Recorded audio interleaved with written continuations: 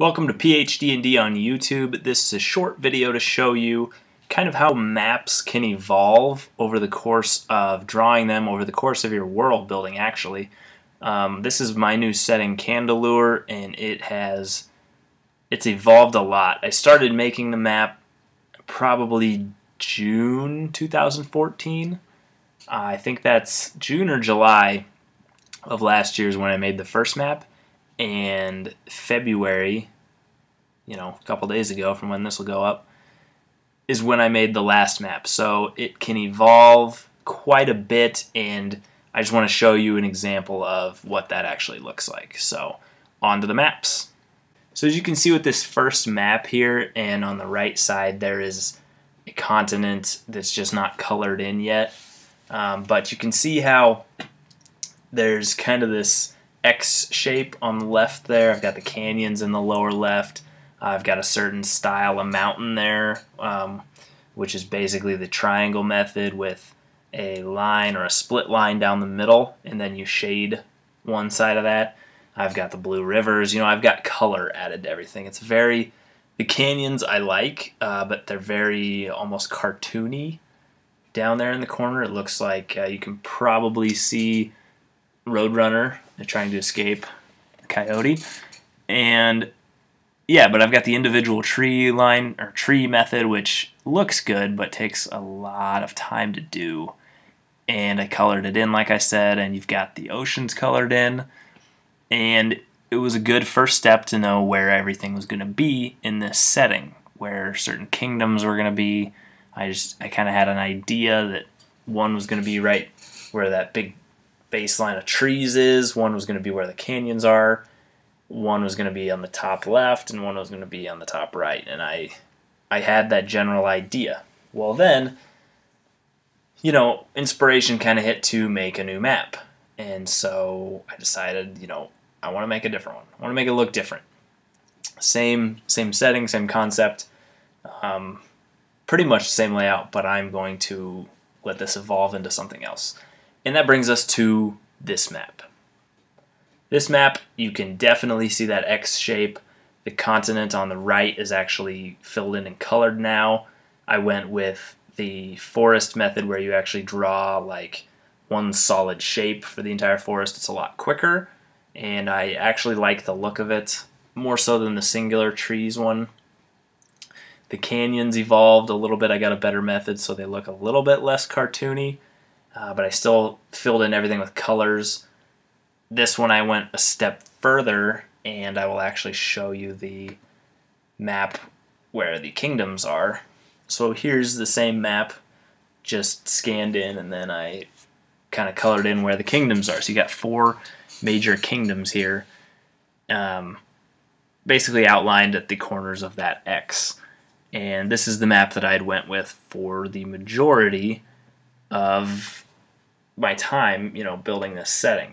Or I guess I should say this map finished up in November. That's when I redid the map and came up with this one. So it was good revision, I think. The water area in the middle there, kind of looks like an inland sea, but you can tell it's not because the ocean actually breaches in there on the top and the bottom.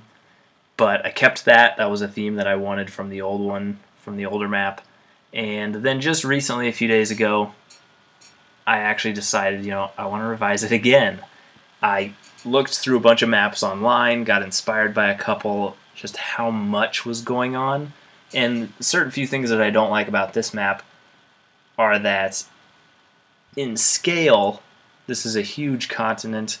It would take so long to get across one of these kingdoms, and to get, so from that red kingdom, from the bottom of that to get to the other side of the yellow kingdom over there, that would just take forever. I mean, that's huge time before you can even get to another kingdom, basically. And so it's a lot of land traveled. It's a long travel anywhere, basically. So here is the latest version of the map. Let's toss it up there. This is the, hopefully, final revision. This time I actually went away from my mountain style that I've used in the past and went with a new style that you see on the internet. I got it particularly from Questing Beast. He uses this style, same place that I actually got the images or the method for the trees or the forests in this one, which again is kind of a bunch method. But I'm much more satisfied with the mountains, and then you can see there's some shallow hills as well. It's just less steep lines for the mountains. I like the shading on the mountains, makes them stand out. Added the rivers here again. You can see one thing that I really like about this one is I decided at the very end to shade the coastlines a little bit, and it really helps to make the rest of the map actually kind of pop out.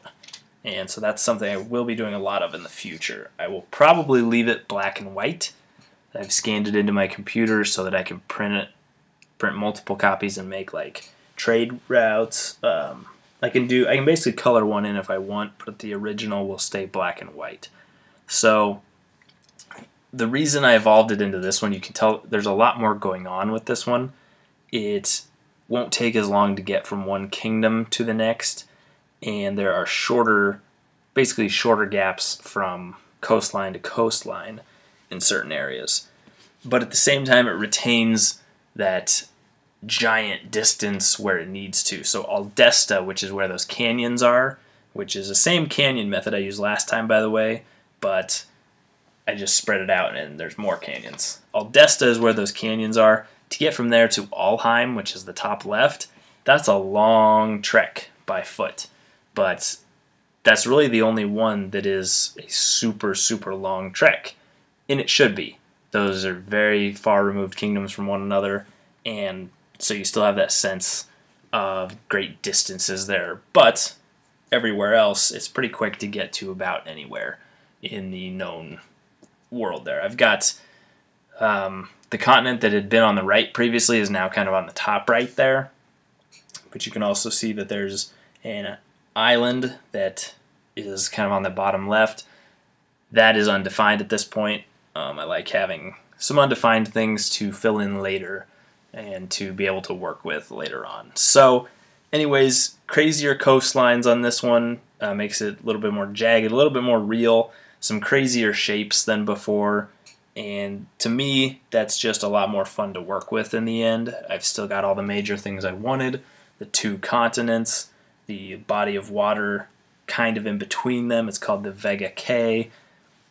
You know, I've got the mountains, I've got the canyons, forests, there's some swamps over there on the right side, and little branches that come off of the actual land. It's not just giant chunks of land. You know, I've got little peninsulas and things scattered about. So I'm much, much more pleased with this final rendition of the map, and well, I hope you are too, because you're going to see a lot more of it coming up as I detail more about the setting. So again, thank you for watching. This is just to kind of show you how a map can evolve and how you should let it evolve. If you get inspired, don't be afraid to redo things, to shake it up a little bit. But in the end, when it comes time to play, you got to pick a map and stick with it. So thanks again for watching, everyone, and we'll see you in the next video.